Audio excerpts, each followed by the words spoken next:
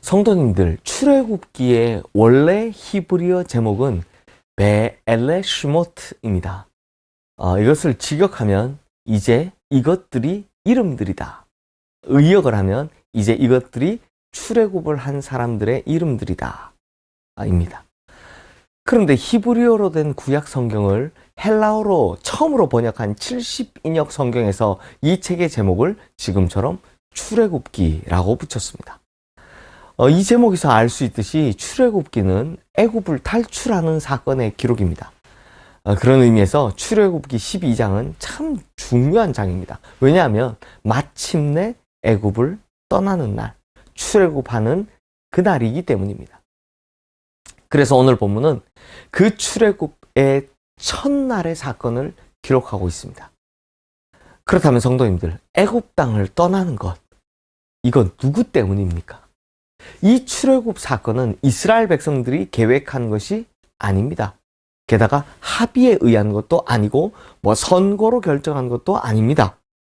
출애굽은 오로지 하나님의 계획이었고 철저한 하나님의 간섭이었고 하나님의 역사였습니다. 전적으로 하나님께서 주도하신 사건이라고 할 수 있는 겁니다. 그러므로 우리는 오늘 본문에서 출애굽을 주도하시는 여러 가지 하나님의 모습을 볼 수 있고 또 하나님께서는 어떤 분이신가를 확인할 수 있습니다. 하지만 매일 묵상의 시간이 너무 길어지면 안 되니까요. 자세한 내용은 이 본문을 다룰 설교를 통해 들으시고요. 오늘은 그렇게 많은 하나님의 모습 중 딱 하나만 짚어보려고 합니다. 우리 40절, 41절 말씀 함께 보겠습니다. 이스라엘 자손이 애굽에 거주한 지 430년이라 430년이 끝나는 그날에 여호와의 군대가 다 애굽 땅에서 나왔은즉. 이스라엘 백성들이 애굽에 거주한 기간이 430년이었는데 오늘 본문 41절 말씀을 보면 그날에 라는 말이 강조되고 있습니다. 그러므로 정확하게 430년이 끝나는 그날에 어떤 사건이 일어나는가 하면 바로 출애굽이 일어났다라는 것입니다. 그러므로 성경에서 왜 그날에 라는 말을 붙여놨는가 하면 그날은 그저 우연히 역사 속에서 발생한 그 어느 한 날이 아니라 전적인 하나님의 주권 속에서 계획된 날이다라는 것입니다. 창세기 15장 13절에서 14절 말씀에 보면 하나님께서 아브라함에게 이런 예언적 약속을 하십니다. 여호와께서 아브라함에게 이르시되 너는 반드시 알라. 내 자손이 이방에서 객이 되어 그들을 섬기겠고 그들은 400년 동안 내 자손을 괴롭히리니 그들이 섬기는 나라를 내가 징벌할지며 그 후에 내 자손이 큰 재물을 이끌고 나오리라. 이 창세기의 말씀을 보면 하나님께서 아브라함에게 약속하신 것이 두 가지입니다. 하나는 400년이 끝날 때 그 땅에서 나올 것이다 라는 사실입니다. 또 하나는 나올 때 겨우 막 간신히 빠져나오는 것이 아니라 큰 재물을 이끌고 당당하게 나온다라는 것입니다. 그런데 어떻게 되었습니까? 첫 번째, 바로 그날에 애굽 땅에서 나가게 됩니다. 즉 그날에라는 것은 하나님께서 계획하신 날, 하나님께서 작정하신 그날을 말씀하고 있는 것입니다. 그리고 두 번째로 오늘 본문 35절, 36절 말씀을 보십시오. 이스라엘 자손이 모세의 말대로 하여 애굽 사람에게 은금 패물과 의복을 구하매 여호와께서 애굽 사람들에게 이스라엘 백성에게 은혜를 입히게 하사 그들이 구하는 대로 주게 하심으로 그들이 애굽 사람의 물품을 취하였더라. 자, 어제도 우리가 봤죠. 즉 하나님께서 아브라함에게 약속하신 대로 큰 재물을 이끌고 당당하게 나오게 되었다라는 것입니다. 즉 이 두 가지 약속이 모두 이루어지게 되었다. 그러니까 약 500년 전에 했던 그 약속이 다 이루어지게 되었다는 것입니다. 그러므로 성도님들, 우리가 오늘 이 출애굽의 날을 통해서 볼 수 있는 하나님의 모습이 뭐냐? 바로 하나님께서는 반드시 약속하신 것을 지키시는 분이시다. 약속을 지키시는 분이시다라는 것입니다. 성도님들, 구약의 출애굽 사건은 신약에서는 그리스도인들이 경험하는 새 출발의 사건, 즉 십자가로 말미암아 구원받는 사건의 한 패러다임으로 볼 수 있습니다. 그러므로 출애굽 사건은 십자가 구원 사건의 그림자 혹은 모형으로 볼 수 있습니다. 그렇다면 성도님들, 우리가 구원받은 것이 우연히 이루어진 사건이겠습니까? 아니면 하나님의 철저한 계획이겠습니까?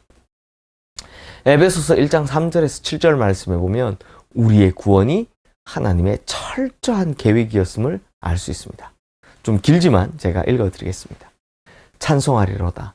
하나님 곧 우리 주 예수 그리스도의 아버지께서 그리스도 안에서 하늘에 속한 모든 신령한 복을 우리에게 주시되 곧 창세전에 그리스도 안에서 우리를 택하사 우리로 사랑 안에서 그 앞에 거룩하고 흠이 없게 하시려고 그 기쁘신 뜻대로 우리를 예정하사 예수 그리스도로 말미암아 자기의 아들들이 되게 하셨으니 이는 그가 사랑하시는 자 안에서 우리에게 거저 주시는 바 그의 은혜의 영광을 찬송하게 하려는 것이라.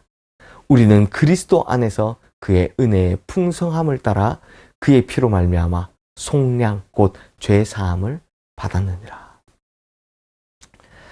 또한 우리가 예수님을 믿고 새롭게 된 것이 지옥 갈 만한 신세에서 겨우 면하게 된 것일까요? 아니면 지금 출애굽을 하는 이스라엘 백성들처럼 당당하게 그리고 풍성히 새로운 출발을 하는 것일까요?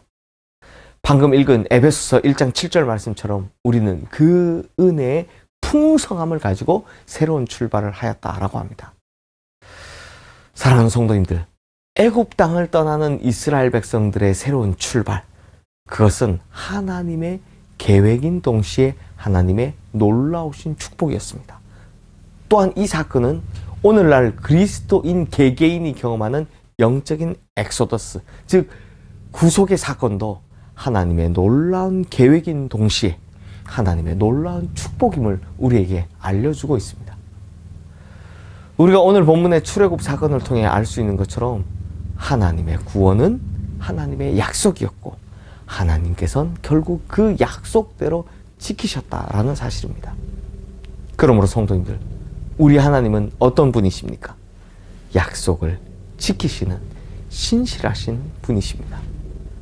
구원의 계획을 준비하시고 신실하게 그대로 축복하시는 하나님이십니다. 그리고 그 하나님은 지금도 변함이 없으십니다. 우리를 위해 창세전부터 계획하신 바대로 우리를 부르시고 풍성한 은혜를 준비하시어 우리를 그 축복 가운데 가며 살 것을 기대하시는 하나님. 오늘 우리가 믿고 의지하는 하나님께서는 이렇게 약속을 지키시는 신실한 분이심을 찬양하며 나가는 우리 모든 성도님들 되시기를 주님의 이름으로 축원합니다. 기도하겠습니다. 하나님 아버지, 하나님께서는 약속을 지키시는 신실하신 분이심을 믿습니다. 그러므로 지금 당장 우리 눈앞에 보이는 일들에 일희일비하지 않게 하여 주시고 하나님께서 하신 그 약속, 하나님께서 해주신 그 약속만 바라보며 살아가는 우리 모든 성도님들 되게 하여 주시옵소서. 하나님께서는 반드시 그 약속을 이루시는 분이시기에 그 약속이 이루어짐을 기대하며 살아가는 우리 모든 성도님들 되게 하시고 그 약속이 이루어지는 날 풍성한 은혜와 축복 가운데 거하는 우리 모든 성도님들 되게 하여 주시옵소서. 예수 그리스도 이름으로 기도드리옵나이다.